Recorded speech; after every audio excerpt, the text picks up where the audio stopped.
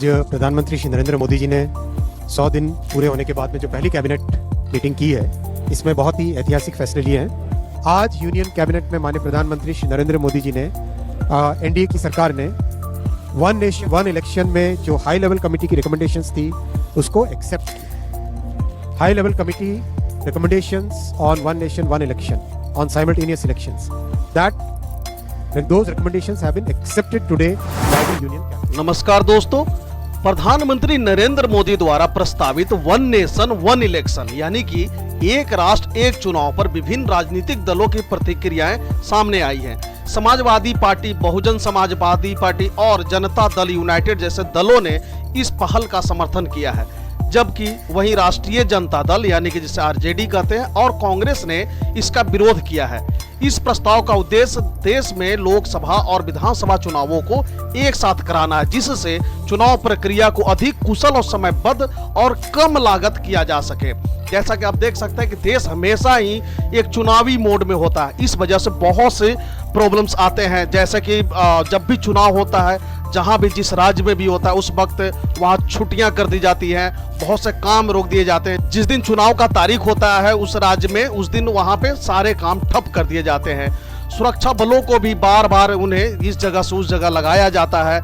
ये भी सारे बहुत से प्रॉब्लम आते हैं। इसलिए सरकार चाह रही है कि वन नेशन वन इलेक्शन यानी कि एक साथ ही देश में सारे चुनाव करवा दिया जाए, जिससे कि पूरा अगला 5 साल जो है वो लोगों को काम करने के लिए मिले, जिसके वजह से ये देश डेवलपमेंट में आसानियां पैदा हो। तो वहीं वन नेशन वन इलेक्शन केंद्रीय कैबिनेट ने बुधवार 18 सितंबर 2024 को, जी हाँ ये कल की ही बात है, वन नेशन वन इलेक्शन पर पूर्व राष्ट्रपति रामनाथ कोविंद की अध्यक्षता वाली समिति के प्रस्ताव को मंजूरी दे दी। बिल को शीतकालीन सत्र में संसद में पास कराएगी सरकार, जिसके बाद यह कानून बन जाएगा और इसके साथ ही देश में एक साथ चुनाव कराने के द्वार भी खुल जाएंगे।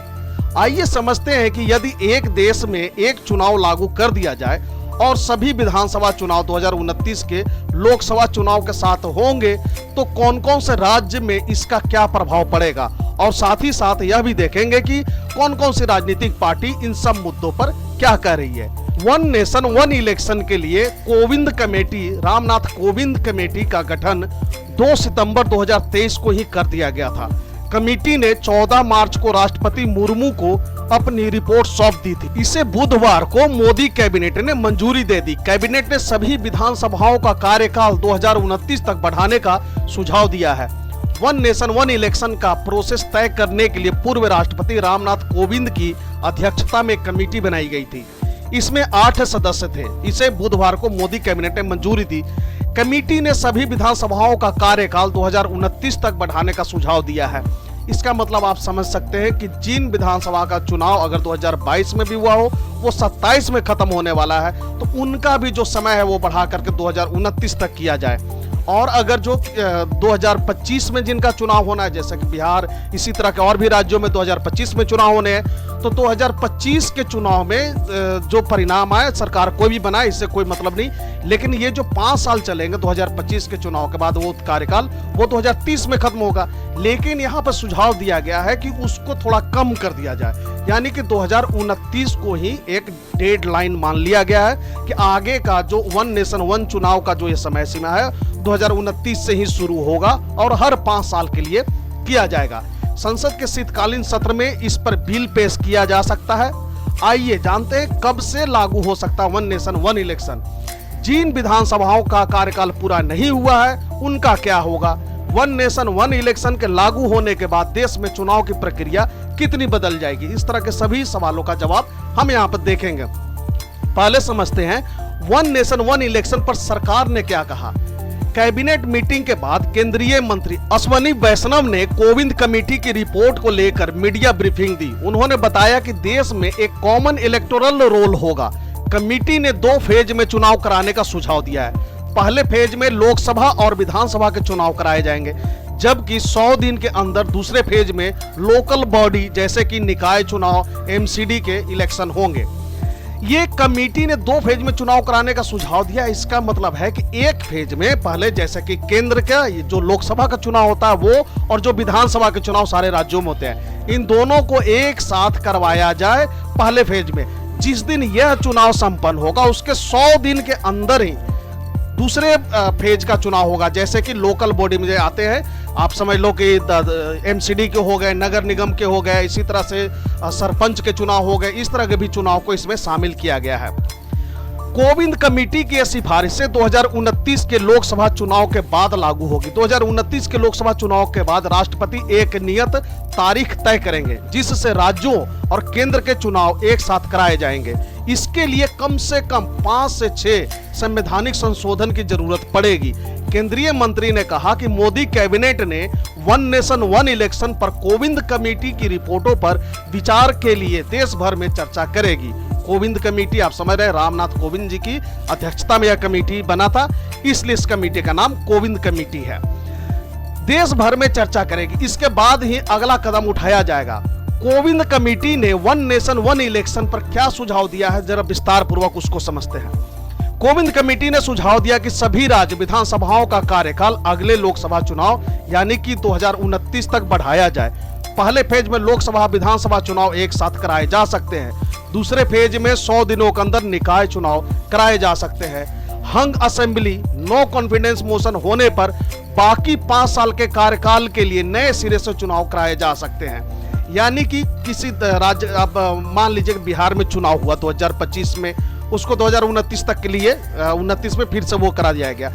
29 के बाद 1 साल के बाद वहां सरकार अगर गिर जाती है 2030 में, ऐसा मैं बोल रहा हूं कि गिर जाएगी, ऐसा नहीं, अगर गिर जाती है तो वैसे में अब बचे 4 साल जो है उसके लिए अलग से फिर से चुनाव कराए जाएंगे। ऐसा नहीं कि वो फिर से 2030 में 5 साल के लिए चुनाव होंगे जो कि साल 2035 तक चलेगा, ऐसा नहीं है।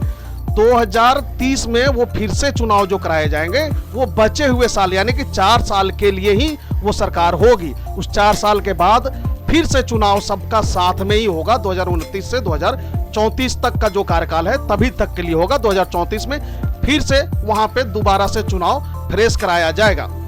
इलेक्शन कमीशन लोकसभा, विधानसभा, स्थानीय निकाय चुनावों के लिए राज्य चुनाव अधिकारियों के सलाह से सिंगल वोटर लिस्ट और वोटर आईडी कार्ड तैयार कर सकता है।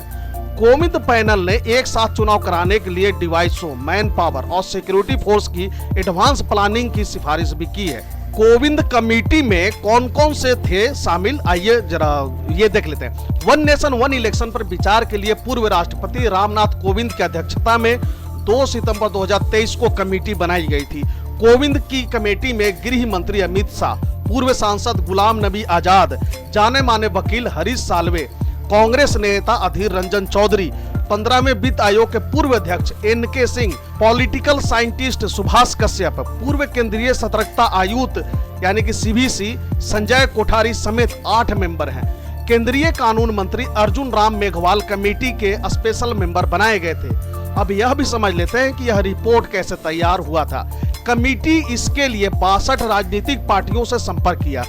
इनमें से 32 पार्टियों ने वन नेशन वन इलेक्शन का समर्थन किया, वहीं 15 दलों ने इसका विरोध किया था, जबकि 15 ऐसी पार्टियां भी थी जिन्होंने कोई जवाब नहीं दिया। 191 दिन की रिसर्च के बाद कमेटी ने 14 मार्च को राष्ट्रपति द्रौपदी मुर्मू को अपनी रिपोर्ट सौंपी।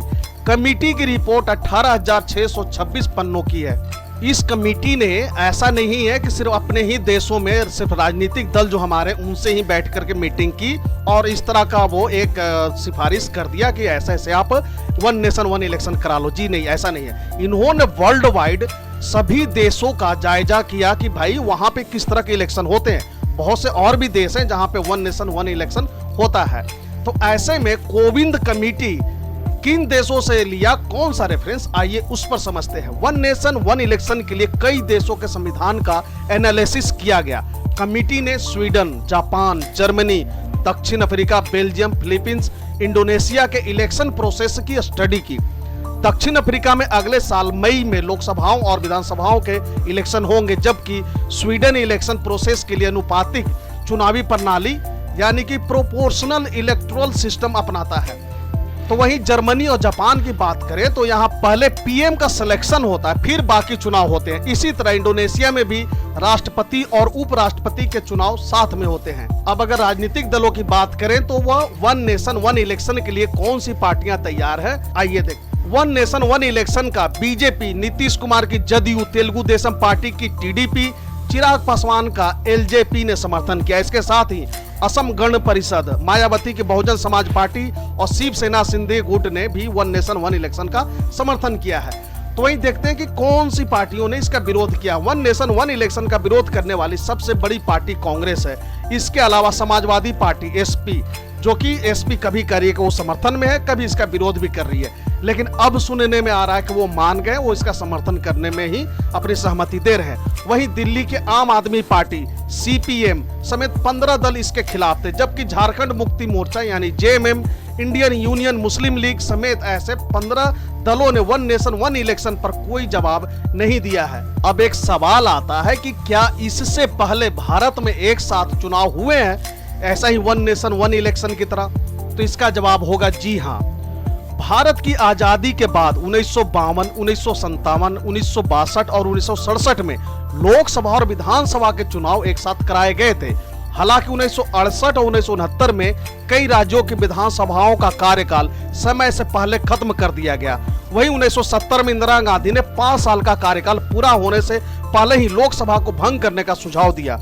इससे उन्होंने भारत में एक साथ चुनाव कराने की परंपरा को भी तोड़ दिया, जबकि मूल रूप से 1972 में लोकसभा के चुनाव होने थे। अब मोदी सरकार फिर से इसे लागू करने की कोशिश में है। वन नेशन वन इलेक्शन लागू होने से आंध्र प्रदेश, अरुणाचल प्रदेश, उड़ीसा और सिक्किम पर कोई प्रभाव नहीं पड़ेगा, क्योंकि यहाँ लोकसभा और विधानसभा चुनाव एक साथ होते हैं। इसके अलावा 22 ऐसे राज्य हैं जहां समय से पहले चुनाव कराने होंगे। वन नेशन वन इलेक्शन लागू होने के बाद असम, बिहार, गोवा, गुजरात, हरियाणा, हिमाचल प्रदेश, झारखंड, कर्नाटक, केरल, महाराष्ट्र, मणिपुर, मेघालय, नागालैंड, दिल्ली, पौंडुचेरी, पंजाब, तमिलनाडु, त्रिपुरा, उत्तर प्रदेश, उत्तराखंड, जम्मू कश्मीर और पश्चिम बंगाल में समय से पहले चुनाव कराने होंगे।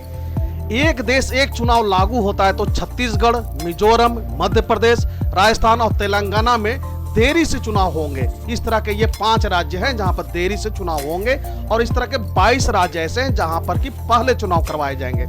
सूचना एवं प्रसारण मंत्री अश्विनी वैष्णव ने प्रस्ताव को केंद्रीय मंत्रिमंडल की मंजूरी की जानकारी देते हुए कहा कि पूर्व राष्ट्रपति रामनाथ कोविंद की अध्यक्षता वाली समिति की सिफारिशों को आगे बढ़ाने के लिए एक क्रियान्वयन समूह का गठन किया जाएगा और अगले कुछ महीनों में देश भर के विभिन्न मंचों पर विस्तृत चर्चा की जाएगी। उन्होंने बताया कि सरकार अपने मौजूदा कार्यकाल में इसे लागू करेगी। देश में 1951 से 1967 के बीच एक साथ चुनाव हुए थे, लेकिन उसके बाद मिड टर्म चुनाव सहित विभिन्न कारणों से चुनाव अलग अलग समय पर होने लगे। इस वर्ष मई जून में लोकसभा चुनाव हुए, जबकि उड़ीसा, आंध्र प्रदेश, सिक्किम और अरुणाचल प्रदेश जैसे राज्यों में भी संसदीय चुनाव के साथ ही विधानसभा चुनाव हुए हैं। आइए समझते हैं कि कौन कौन सी राजनीतिक पार्टी इन सब मुद्दों पर क्या कह रही है। पहले देखते हैं समाजवादी पार्टी, जो कि अब समर्थन कर रही है, अब पहले ये विरोध कर रही थी। समाजवादी पार्टी ने इस प्रस्ताव का खुला समर्थन किया है। पार्टी के वरिष्ठ नेता रविदास मेहरोत्रा ने कहा कि समाजवादी पार्टी इस विचार के पक्ष में है और यह चाहती है कि देश में लोकसभा और विधानसभा चुनाव एक साथ हो। उन्होंने भारतीय जनता पार्टी से यह भी अनुरोध किया कि वह इस मुद्दे पर सभी दलों के नेताओं की एक सर्वदलीय बैठक बुलाए ताकि इस विचार पर व्यापक विचार विमर्श हो सके। मेहरोत्रा ने यह भी सवाल उठाया कि बीजेपी पिछले 10 सालों से इस विचार को बढ़ावा दे रही है, फिर भी इसे अब तक क्यों लागू नहीं किया जा सका। तो वहीं मायावती का क्या रुख है, आइए वो समझते हैं, जबकि उनका रुख भी सकारात्मक रुख ही है। बहुजन समाज पार्टी की सुप्रीमो मायावती ने भी वन नेशन वन इलेक्शन पर अपनी राय दी है। उन्होंने ट्वीट कर कहा कि उनकी पार्टी इस विचार के प्रति सकारात्मक दृष्टिकोण रखती है, लेकिन इसे लागू करते समय देश और जनहित को ध्यान में रखना जरूरी है। मायावती ने अपने बयान में यह भी कहा कि अगर यह पहल प्रस्ताव में देश के विकास और लोगों के हित में है तो इसे लागू किया जाना चाहिए। तो वहीं आइए समझते जनता दल यूनाइटेड यानी कि जदयू ने इसका समर्थन किया है और उनका क्या कहना है। जनता दल यूनाइटेड जदयू ने भी इस प्रस्ताव का समर्थन किया। पार्टी के राष्ट्रीय प्रवक्ता राजीव रंजन प्रसाद ने कहा कि वन नेशन वन इलेक्शन से भारत की तस्वीर और बेहतर होगी। चुनावों पर होने वाली भारी खर्च को नियंत्रित किया जा सकेगा। मतदान केंद्रों पर अधिकतर लोग कतार में लगेंगे और सुरक्षा बलों की तैनाती भी बेहतर तरीके से की जा सकेगी। उन्होंने कहा कि इस फैसले से देश में भविष्य में लोकसभा और विधानसभा चुनावों को एक साथ कराने का मार्ग प्रशस्त हो गया है। वही आरजेडी जो कि बिहार की अभी प्रमुख विपक्षी दल है, यानी कि आरजेडी, आइए समझते हैं कि वो क्या कर रहे हैं। राष्ट्रीय जनता दल यानी कि आरजेडी ने इस प्रस्ताव का विरोध किया है। पार्टी के प्रवक्ता मनोज झा ने कहा कि वन नेशन वन इलेक्शन सैद्धांतिक रूप से विरोध किया जाएगा। झा ने सवाल उठाया कि इस व्यवस्था को 1962 तक लागू किया गया था, फिर उसके बाद इसे रोका गया। उन्होंने कहा कि अगर किसी राज्य में सरकार गिर जाती है या चुनाव में कोई स्पष्ट परिणाम नहीं निकलता है तो इस तरह की व्यवस्था को कैसे लागू किया जाएगा। झा ने यह भी कहा कि यह विचार व्यवहारिक रूप से संभव नहीं है और सरकार को देश के असल मुद्दों पर ध्यान देना चाहिए। केंद्र में सरकार में विपक्ष की सबसे बड़ी पार्टी कांग्रेस पार्टी ने भी इस प्रस्ताव का कड़ा विरोध किया है। पार्टी के अध्यक्ष मल्लिकार्जुन खड़गे ने इसे अव्यवहारिक करार दिया। उन्होंने कहा कि बीजेपी इस तरह के मुद्दों को चुनाव के समय उठाकर असल समस्याओं से ध्यान भटकाने का काम करती रहती है। खड़गे ने कहा कि यह व्यवस्था व्यवहारिक नहीं है और इसे लागू करना संभव भी नहीं है। उन्होंने यह भी आरोप लगाया कि बीजेपी चुनावों के समय इस तरह के विचारों को आगे बढ़ाती है ताकि असली मुद्दों पर चर्चा न हो सके। अब समझते हैं कि केंद्र सरकार की आखिर इसको लाने का मंशा क्या है। केंद्र सरकार ने वन नेशन वन इलेक्शन को लेकर अपनी मंशा साफ कर दी है। गृह मंत्री अमित शाह ने हाल ही में एक बयान में कहा कि बीजेपी के नेतृत्व वाली एनडीए सरकार अपने मौजूदा कार्यकाल में ही इस विचार को लागू करने की योजना बना रही है। इसके साथ ही इस योजना के पक्ष में तर्क दिए जा रहे हैं कि इससे देश में चुनाव प्रक्रिया अधिक सुचारू होगी, चुनावी खर्च में कमी आएगी और मतदान में लोगों की भागीदारी भी बढ़ेगी। तो वही विपक्ष की आशंकाएं क्या है, वो किस चीज को लेकर आशंकित हैं, आइए वह भी समझते हैं। हालांकि विपक्षी दलों की ओर से इस प्रस्ताव को लेकर कई आशंकाएं व्यक्त की गई है। कांग्रेस और आरजेडी जैसे दलों का मानना है कि यह व्यवस्था व्यवहारिक रूप से काम नहीं करेगी। उनका कहना है कि अगर किसी राज्य में विधानसभा चुनाव के बाद सरकार नहीं बन पाती या सरकार गिर जाती है तो इस स्थिति में चुनावों को एक साथ कराने का प्रावधान कैसे लागू किया जाएगा। इसके अलावा विपक्षी दलों का यह भी कहना है कि सरकार इस तरह के मुद्दों को उठाकर असल समस्याओं से ध्यान भटकाने का प्रयास कर रही है। आखिर चुनाव को देखा जाए तो देश भर में हो रहे चुनावों पर चुनावी खर्च और सुरक्षा की हमेशा से चुनौती बनी रही है। वन नेशन वन इलेक्शन के समर्थकों का कहना है कि इससे देश में बार बार होने वाले चुनावों पर खर्च होने वाले विशाल धनराशि की बचत होगी। चुनाव आयोग के आंकड़ों के मुताबिक हर चुनाव में करोड़ों रुपए खर्च होते हैं, जिनका बोझ राज्य और केंद्र सरकारों पर पड़ता है। इसके अलावा चुनाव के दौरान सुरक्षा बलों की भारी तैनाती भी एक बड़ी चुनौती है। अगर चुनाव एक साथ होते हैं तो सुरक्षा बलों की तैनाती को भी अधिक प्रभावी और सुरक्षित तरीके से किया जा सकता है। इसमें लोगों की भागीदारी भी बढ़ाने पर तर्क दिया जा रहा है। इस प्रस्ताव के समर्थकों का एक और तर्क यह है कि अगर चुनाव एक साथ होते हैं तो इससे लोगों की भागीदारी में भी वृद्धि होगी। मतदान केंद्रों पर एक ही समय में लोकसभा और विधानसभा चुनाव होने से लोग अधिक संख्या में मतदान करने के लिए प्रेरित होंगे। इसके साथ ही इससे जनता को यह भी लाभ मिलेगा कि वे एक ही समय में दोनों स्तरों पर अपनी सरकार चुन सकेंगे। अब देखने वाली बात यह है कि अब इसमें व्यवहारिक चुनौतियां क्या है। वहीं इस प्रस्ताव के विरोधियों का मानना है कि इसे व्यवहारिक रूप से लागू करना आसान नहीं है। देश में विभिन्न राज्यों की विधानसभा और लोकसभा चुनावों की समय सीमा अलग अलग होती है। अगर किसी राज्य में विधानसभा भंग हो जाती है या सरकार गिर जाती है तो इस स्थिति में चुनावों को एक साथ कराना संभव नहीं होगा। इसके अलावा कुछ दलों का यह भी मानना है कि यह प्रस्ताव राज्यों की स्वायत्तता को प्रभावित कर सकता है, क्योंकि हर राज्य की राजनीतिक और सामाजिक स्थितियां अलग अलग होती है। नीतिगत बदलाव और संवैधानिक चुनौतियां क्या है, इन्हें भी समझते हैं। वन नेशन वन इलेक्शन को लागू करने के लिए कई नीतिगत और संवैधानिक बदलावों की जरूरत होगी। संविधान में बदलाव के बिना इस प्रस्ताव को लागू कर पाना संभव नहीं है। इसके साथ ही चुनाव आयोग और न्यायपालिका की भूमिका भी इस प्रक्रिया में महत्वपूर्ण होगी। इसके अलावा राज्य सरकारों और केंद्र सरकार के बीच तालमेल बनाए रखना भी एक बड़ी चुनौती होगी। भविष्य की संभावनाएं क्या हो सकती है। वन नेशन वन इलेक्शन के मुद्दे पर अभी तक कोई अंतिम निर्णय नहीं लिया गया है, लेकिन इसे लेकर चर्चा जारी है। अगर यह प्रस्ताव लागू होता है तो इससे देश की चुनावी प्रक्रिया में बड़ा बदलाव आएगा। इससे चुनावों पर होने वाले खर्च में कमी आएगी, चुनावी प्रक्रिया को सरल बनाया जाएगा और जनता की भागीदारी को बढ़ावा मिलेगा। हालांकि इसके साथ ही कई व्यवहारिक चुनौतियों और संवैधानिक प्रश्न भी खड़े होते हैं, जिनका समाधान करना आवश्यक होगा। अगर निष्कर्ष की बात करें तो वन नेशन वन इलेक्शन पर राजनीतिक दलों के बीच मतभेद स्पष्ट रूप से दिखाई दे रहे हैं, जहां एक और कुछ दल इस प्रस्ताव का समर्थन कर रहे हैं और इसे देश के लिए लाभकारी मानते हैं, वहीं दूसरी ओर विपक्षी दल इसके खिलाफ और इसे अव्यवहारिक मानते हैं। इस मुद्दे पर आगे क्या निर्णय लिया जाएगा यह देखना दिलचस्प होगा, लेकिन फिलहाल यह स्पष्ट है कि इस पर देश भर में बहस और चर्चा जारी रहेगी। तो दोस्तों फिलहाल के लिए इस वीडियो में इतना ही। इसी तरह की इंफॉर्मेटिव वीडियो देखते रहने के लिए बने रहे हमारे साथ। Thank you for watching. God bless you.